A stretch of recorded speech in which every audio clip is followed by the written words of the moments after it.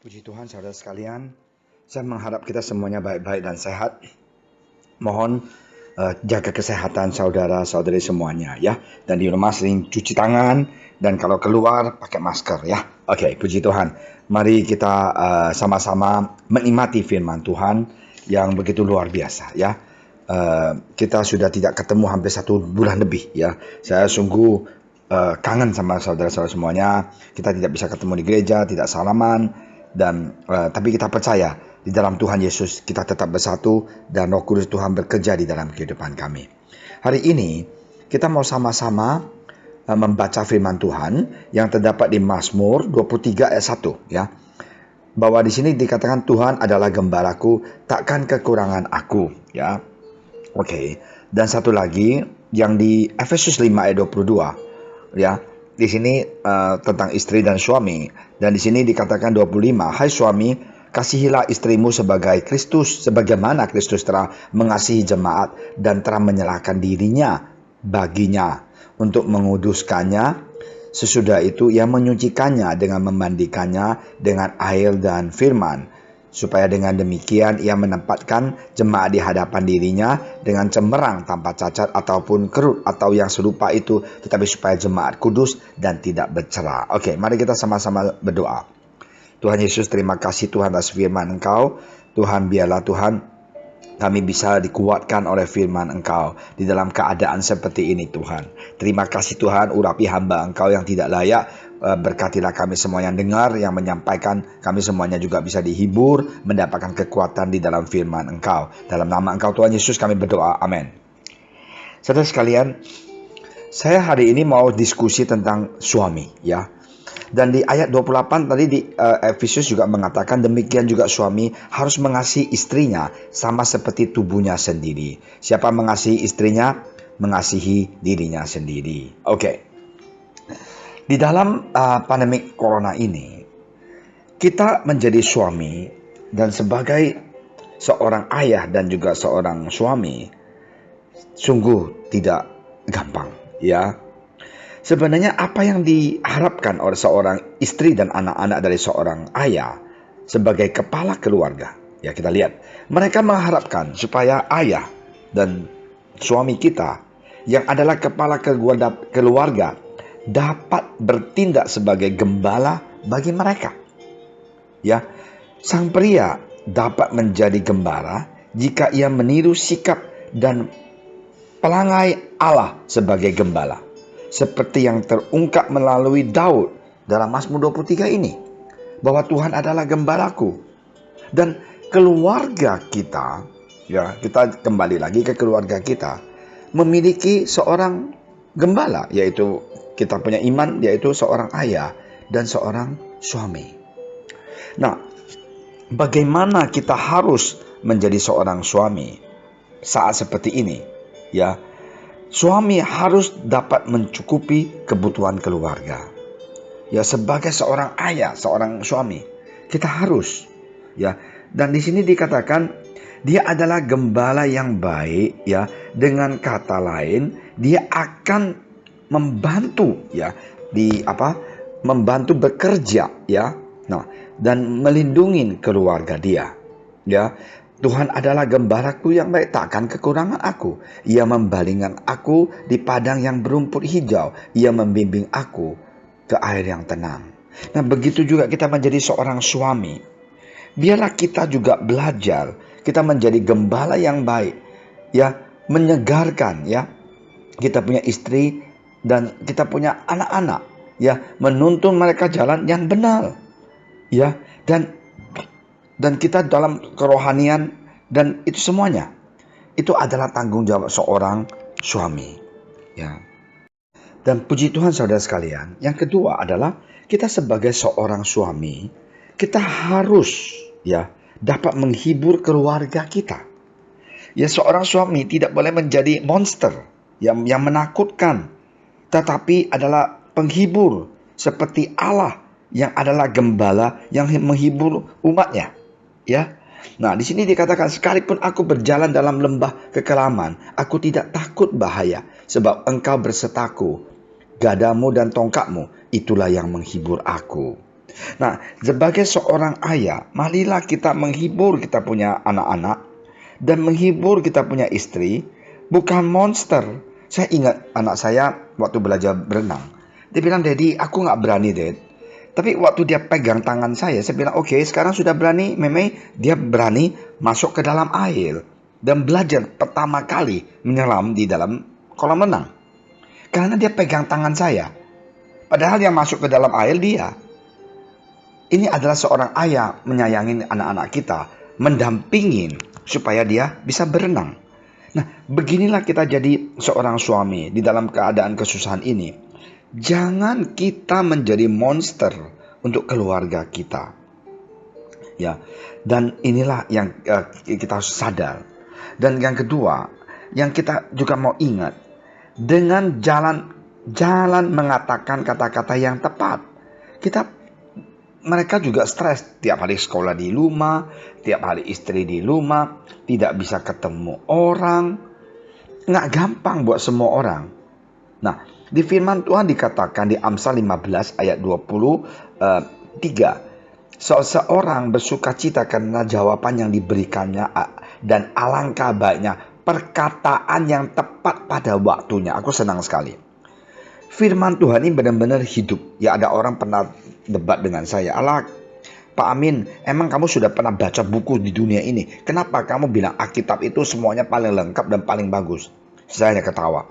Karena firman Tuhan ini bukan hanya pengajaran, tapi itu adalah kuasa. Ada Roh Kudus bekerja supaya kita bisa melakukannya. Nah, di sini dikatakan pengajarannya itu luar biasa, dan kalau kita jadi anak Tuhan, ada Roh Kudus di dalam hati kita, bisa membantu kita, bisa merubah kita, dan itu tidak dapat di tempat lain, hanya di firman Tuhan. Nah, kenapa saya suka mengatakan, mari kita berdoa sama-sama dengan istri, dengan anak, di dalam keluarga? Karena di sana itu kita bisa dapat hikmat dari Tuhan. Perkataan kita itu mendukung. Jangan kita bawa problem kita ke rumah dan caci maki dan marah dengan suami atau istri kita atau anak-anak kita. Itu tidak benar. Ya, dan dengan jalan menjaga emosi yang tidak meledak-ledak. Nah, di Amsal 29, di firman Tuhan luar biasa, ayat 22. Si pemarah menimbulkan pertengkaran, dan orang yang lekas gusal banyak pelanggarannya. Nah, firman Tuhan yang hidup ini ngajarin kita, ingatkan kita, jadilah seorang ayah, jangan jadi seorang yang pemarah. Itu tidak baik. Nah, inilah yang saya mengharapkan suami di dalam waktu susah ini. Jangan kita menjadi pemarah, ya. Nah, ingat satu hal, emosi itu nggak baik, tidak membawakan yang segal di keluarga kita, malahan bawa apa? Keributan, ketidaksenangan, ya. Jadi nggak baik, ya. Oke. Kita mau lihat lagi. Dengan jalan memberi apa? Pujian. Kita mau ingat, ada banyak laki-laki marah. "Alah Pak Pendeta, Bapak nggak tahu istri saya kayak setan gitu loh, kayak iblis gitu loh." Ingat saudara sekalian, istri sudah melahirkan 2 anak buat kamu. Tiap hari ngurusin anak dari pagi sore, nggak ada capek-capeknya. Dan tolong hargain istri kita. Cinta mereka, kasih mereka. Saudara sekalian, ingat bahwa istri kita, ya, di masa mudanya umur 20 lebih married sama kita, ya, membesarkan 2 anak, ada yang 3 anak, akan ada yang bahkan 4 anak. Mereka itu kadang-kadang harus di-appreciate, dihargai, ya, disayangin. Mereka bukan mau minta uang miliaran. Kadang-kadang kita punya sentuhan, kita punya perkataan bisa memberikan mereka semangat. Kalau mau bilang, "Aduh, Pastor Amin, emang Pastor Amin sempurna?" Enggak, saya nggak sempurna. Saya juga nggak tahu. Waktu saya married dengan TVV 10 tahun, 15 tahun, kadang-kadang saya nggak appreciate dia. Sampai pada suatu hari saya sadar bahwa perempuan ini korbankan segala-galanya. Kesenangan dia, kehidupan dia, hobi dia, untuk keluarga ini, untuk anak-anak. Kenapa saya marah dia? Kenapa saya emosi? Kenapa saya di mobil teriak-teriak? Wah, kamu bilang Pak Pastor Amin juga pernah begitu. Oh yes. Tidak usah kita munafik. Kita semuanya manusia. Kita pernah emosi dengan istri kita dan keluar bahasa yang tidak menyenangkan. Marilah kita bertobat, saudara sekalian. Kita ingat istri itu adalah berkat dari Tuhan. Hargai mereka, sayang mereka, memuji mereka. Ya, karena mereka adalah satu dengan kita menjadi suami istri. Nah, sebagai keluarga sang pria, kita harus melindungi keluarga kita, melindungi keluarga dalam segala hal. Daud ke sana membunuh dan membawa kembali anak-anak dan semuanya istri mereka, supaya mereka bebas. Alkitab mengatakan tidak ada yang hilang pada mereka, dari hal-hal yang kecil sampai hal yang besar, sampai anak-anak laki dan anak perempuan, dan dari jarahan sampai segala sesuatu yang telah dilampas mereka, semuanya itu dibawa Daud kembali. Saudara sekalian, marilah kita jadi suami yang lebih bertanggung jawab. Hargai istri kita yang susah payah membesarkan anak-anak. Ya, kecapean mereka itu tidak ada yang tahu. Ya, ada satu orang bilang kan, who is the one that are willing to work for 24 hours, ya, 7 and 11, ya, istilahnya 365 hari untuk ngurusin anak. Nah, sekarang saudara sekalian, di dalam kesusahan seperti ini, marilah kita hargai istri kita. Hibur dia, kuatkan dia, tumpang tangan berdoa buat keluarga dan anak-anak. Dan saya percaya kalau kita takut akan Tuhan, kita cinta istri kita, kita sayang anak-anak kita akan lihat berkat Tuhan turun dari sorga. Puji Tuhan, seorang laki-laki, seorang bapak, seorang suami, mari satu hal, kita belajar menjadi gembala yang baik di keluarga kita. Belajar dengan siapa? Dengan Tuhan Yesus. Kalau kita nggak sanggup, bagaimana Pastor Amin? No problem. You berdoa sama Tuhan. Tuhan, aku nggak sanggup jadi suami yang baik. Aku nggak sanggup jadi ayah yang baik. Tuhan, bantulah aku. Terbuka, jujur di hadapan Tuhan. Berdoa, minta hikmat dan kekuatan. Tuhan Yesus pasti buka jalan. God bless you. Dan saya percaya Tuhan adalah Tuhan yang hidup. Mari kita sama-sama berdoa. Tuhan, terima kasih atas firman Engkau, supaya kita bisa menjadi gembala yang baik untuk dalam mendidik Tuhan, menjaga keluarga kami. Tuhan, berikanlah kami hikmat, kesabaran, dan juga kekuatan untuk menghadapi segala masalah. Dan biar kita bisa mencintai, mengasihi istri kita, anak-anak kita, supaya mereka juga bisa dihibur, dikuatkan di masa sulit seperti sekarang ini. Dalam nama Engkau Tuhan Yesus kami berdoa.